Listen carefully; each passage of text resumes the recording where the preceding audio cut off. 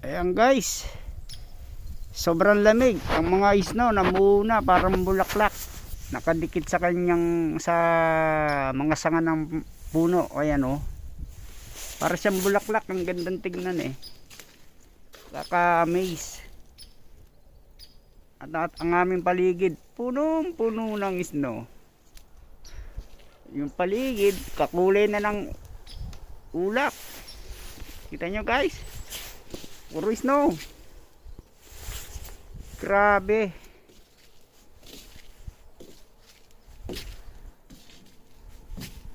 Mga ilang buwan pa ito bago matunaw. Hanggang February o March ang kanyang pagtagal. Yan guys, gabundok na snow. Galing dito yan dito sa taas. Ang ganda eh, oh. Paligid namin, tahimik. Wala, yun, ugong na sasakyan ang maririnig. Yung mga manok, tahimik din. Wala sila sa labas. Yun, nasa labas sila, yun. Hindi sila gano'ng makagalaw-galaw dahil malamig. Mga ibon, ganun din, panay ang kain. Dahil pag hindi sila kumain, mamamatay sila, manghihina. Kailangan nila ng pagkain na marami. Yun. Nakita nyo, liliparan na yan. Kakain sila doon. Dito naubos na naubos na yung pagkain dito. Doon sila, ayan sila sa baba. Lumalangoy, tumatalon-talon, namumulit ng pagkain. Ayan ayan sila ayun doon doon sila lumalanding doon sa kainan na yun, doon sa harapan ng doon sa tagiliran ng bahay. Ayan yung laga namin manok, sobrang lamig. Yung aking kamay na paprosen na tahimik dahil gawa ng mayayelo, may snow. Yung mga puno, ayan nakita nyo guys, walang daon yan kung hindi sanga lang. Ang makikita nyo ngayon yan, yung mga snow nakadikit dun sa sanga-sanga ng puno. So akala mo bulaklak ng puno yung inyong makikita. Ayan guys ayan nakadikit siya diba? Kanyang ka lamig,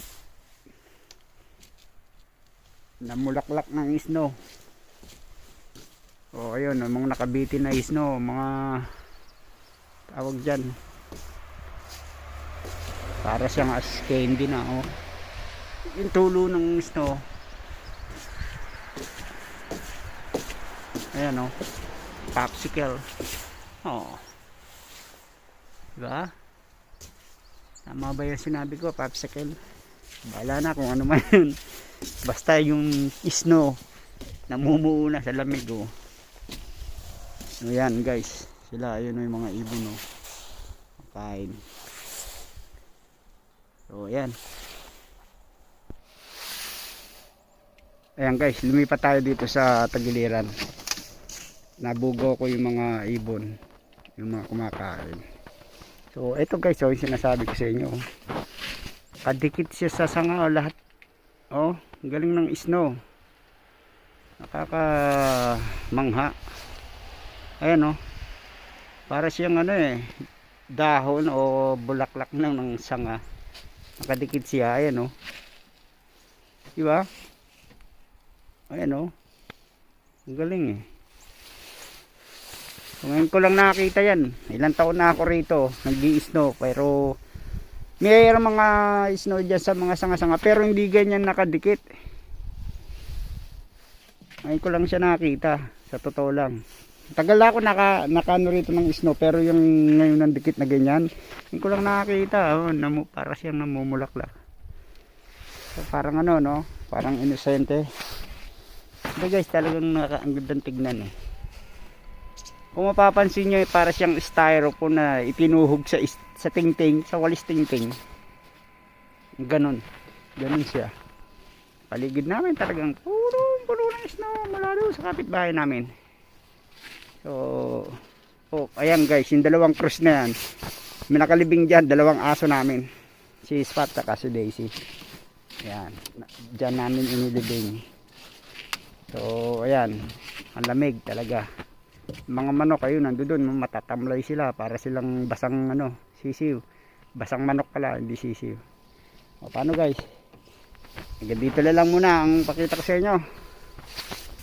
Ang kaming paligid talagang sagana sa snow. Oh. Sige na guys. Okay, bye bye.